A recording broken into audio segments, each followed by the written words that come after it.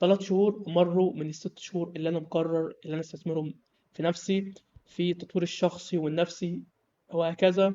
وعايز أشارك معاكم الحاجات اللي أنا واجهتني وحلتها، علشان لو قابلتك ما تتفاجئش، لأن حرفيا الحاجات دي وقت ما انت بتواجهها، زي خلينا نبدأ أصلا عشان تفهمني. فكرة إن الطريق هيكون في جزء ملل، والملل أثناء تحقيقك لهدفك مش ملل عادي، مش الملل إنك بتعمل حاجة أنت مش حاببها أو حاجة أنت مش حابب تكون فيها، ولكن الملل ده هيكون إنك أنت، ولنفرض انت مثلا ماشي زي في حوار الذكاء الاصطناعي، لازم تتعلم لغه اسمها بايثون، فجبت في الاول مخطط انك تتعلم من الكتاب ده، جميل، فلقيت الكتاب بالشكل ده، الكتاب تقريبا 500 صفحه. المشكله في ايه بقى هنا؟ بقى الفكره انك انت هتكون مستمتع، انك انت مش هتواجه مشكله في الشرح، انك هتمشي واحده واحده. ايا كان اللي انت محدده في الاول في المخطط تلاقي الامور ماشيه معاك كويس، ولكن الملل انك انت هتبص، ياه ده لسه قدامي كذا ولسه قدامي كذا ولسه قدامي كذا، بحيث ان دايما هيكون المخطط في الواقع اطول منه. فالملل ده طبيعي، الملل ده طبيعي، الملل ده طبيعي، الملل ده طبيعي. فوقت ما انت من البداية عارف ان ممكن الوقت اللي انت مقرره يكون اطول شوية، وان هيكون في ملل ولازم تصبر على نفسك، حتى لو حاسس ان الحتة دي فاهمها فيلا عدي وهكذا، لا، الملل طبيعي. الملل لو انت قدرت تتعامل مع الملل، صدقني هتحس انك انت اكتسبت قوة خارقة، لان دي هتساعدك، لان ده طبيعي هتلاقي كتير اوقات كتيرة فيها ملل. تمام. الحاجة التانية هو ان الطريق مش بس كوقت هيكون اكبر، لا ده كتفرع، بمعنى انك انت مثلا م- م- كان في دماغك هم 5 حاجات المفروض تعملهم، بدأت الوقت حاجة دي لقيت إن الحاجة دي مرتبطة بحاجة مش موجودة في دي، فلازم تعملها. بحيث إن مثلا ولنفرض جبنا الكتاب ده، لقينا بعد ما خلصناه لقيت إن في مثلا كتاب تاني مرتبط بيه، ومرتبطين، لو أنا ما عملتش ده مع ده مش هعرف أوصل للحاجة النهائية. فبكل بساطة لازم تكون برضو من الناحية دي إنك أنت مستعد، رغم إنك أنت محدد حاجات معينة هتوصلك للهدف بتاعك، ففكر وحط في دماغك ان هيكون في افرع انت مش عارف انها موجودة، ولكن وقت ما انت بدأت تفهم، لا بدأت تلاحظ نقاط انت كشخص بالبداية ما كنتش اصلا موجود في الحاجة اللي انت بتعملها، ما كنتش واخد بالك منها. فبالتالي برضو هيزيد وقت وهيزيد جهد من الحاجات اللي انت محتاج انك تعملها، وده طبيعي. فلو انت حطيت دي نقطتين، اهم نقطتين، لو انت حطيت ان الوضع هيكون في ملل، وان الوضع هيكون في جهد زيادة عن الجهد اللي انت قررته، وحاجات عن الحاجات اللي انت قررتها، وعارف الحاجتين دولت بس، انت حرفيا هتوصل لاي حاجة اللي انت عايزها، لان هم دولت الحاجات اللي حرفيا بيوقفوا اي حد. يعني انا بالنسبه لي لو حد للاسف من التنميه البشريه، الدنيا سهله، الدنيا معرفش ايه والكلام ده كله، وقررت انك تبدا واتفاجئت بالحاجات اللي انا بقول لك عليها دي، هتحس ان المشكله فيك، او ان ده مش الطريق المناسب ليك، او كل الكلام ده كله. تمام.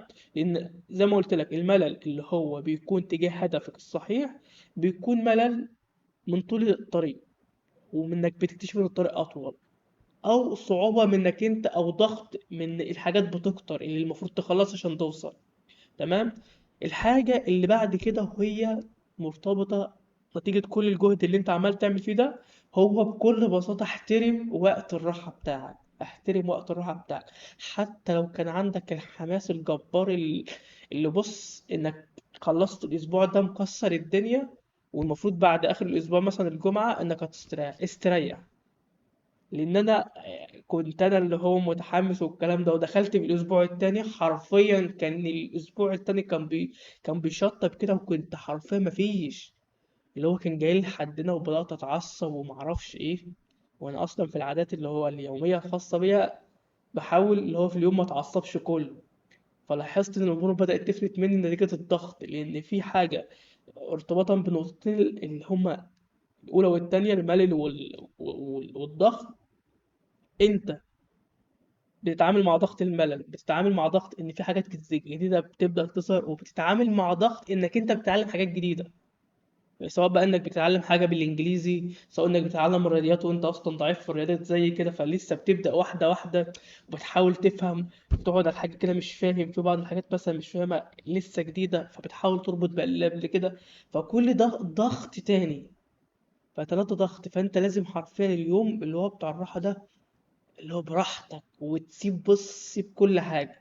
رغم انك انت الغريب بقى، وقت ما لو انت كسرت يوم الراحة وجيت في الاسبوع التاني هتحس ان مفيش حاجة، وهتوصل للاخر. يعني انت هتوصل للاخر وبرضه هتحس انك بتزق نفسك بالعافية انك تعمل اللي المفروض تعمله، وهتعمله بس الانتاجية هتكون قليلة. والجزء اللي انت الارتباط بالراحة مش هتلاحظه الا لو، ودي الحاجة الحمد لله ان انا بدأت يعني اعملها من نفسي من زمان، فبقيت باخد بالي انك لو انت بتقعد مع نفسك وبتحاول تراقب ليه انت بدأت تتعصب، ليه انت بدأت تعمل الحاجات دي، فهتلاحظ.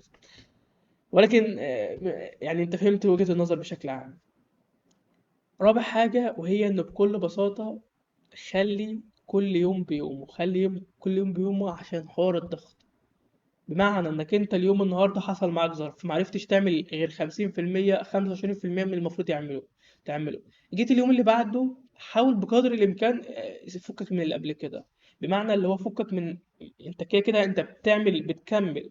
بس في نفس الوقت لو انت كنت محدد مثلا 4 ساعات، اليوم اللي بعده اعمل 4 ساعات بس، مش مثلا انك 25% فناقص 3 ساعات فتروح عامل لي 7 ساعات. لان برضه هنتكلم في حته الضغط. انت وانت لو انت بدات ب3 ساعات اللي قبل كده هتفكر في انك لسه قدامك ايه، 4 ساعات.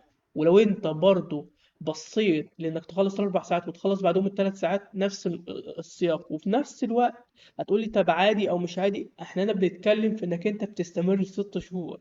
احنا مش بنتكلم في انك مثلا عندك امتحان الاسبوع الجاي فما فيش، فقصرت الاسبوع ده لازم تضغط نفسك علشان في ديدلاين الاسبوع الجاي ولازم تخلص. احنا بنتكلم على انك انت هتقعد تحت الضغط ده وضغوطات احنا لسه مكلمين عليها لمدة 6 شهور، لمدة 3 شهور، ايا كان المدة اللي انت محددها لنفسك.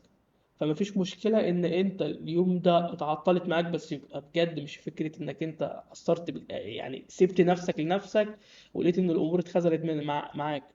تمام. طبعا انت لو عايز تجرب جرب، بس احسن ما كان حصل معايا برضو نفس الموضوع حصل معايا. ان انا في اسبوع قصر، قصدي يوم قصر دمجته على اللي بعديه، الاسبوع كله اتضرب.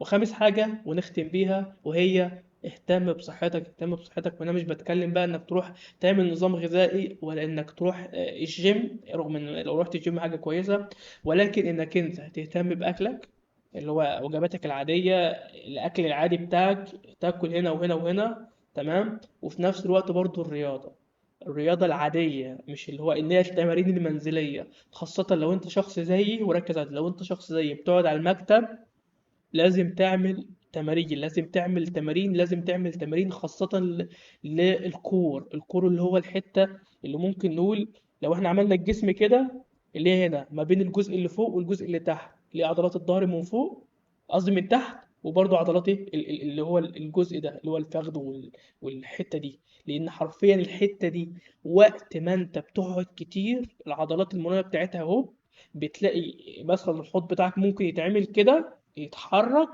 ظهرك بتتبهدل. تمام. واحنا هنا برضو بنتكلم على المدى الطويل.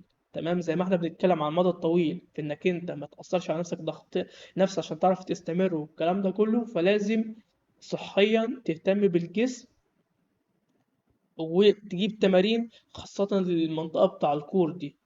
تمام. وتجري لك شويه او تعمل ايه، كارديو اللي هو كده. تمام. بحيث ان على فكره الدوره الدمويه ما بتشتغل وبتعرق والكلام ده بيساعد في نشاط المخ والخ وكل إيه. ممكن الحاجات دي تكون جربتها وما استمرتش عليها، ولكن وقت ما انت تربطها وتحط روتين يومي وتظبط الامور كده، الامور هتبقى حلوه. بس في نفس الوقت بجد بجد، رغم النقطه دي انا ذاكرها في اخر حاجه، ولكن بجد انا في فتره كده قصرت فيها في حوار التمرين، وقلت يا عمي انا اركز في اللي انا بعمله ده عشان حاسس إن التمرين ممكن بيجهدني جسديا فانامك كتير او الاخر، رغم ان الكلام ده طلع ما بيحصلش. ولكن خلاصه ظهري حرفيا كنت بموت. ومعرفتش ما كنتش بقعد كتير، أثر عليا في القعدة، وفي نفس الوقت وزني زاد.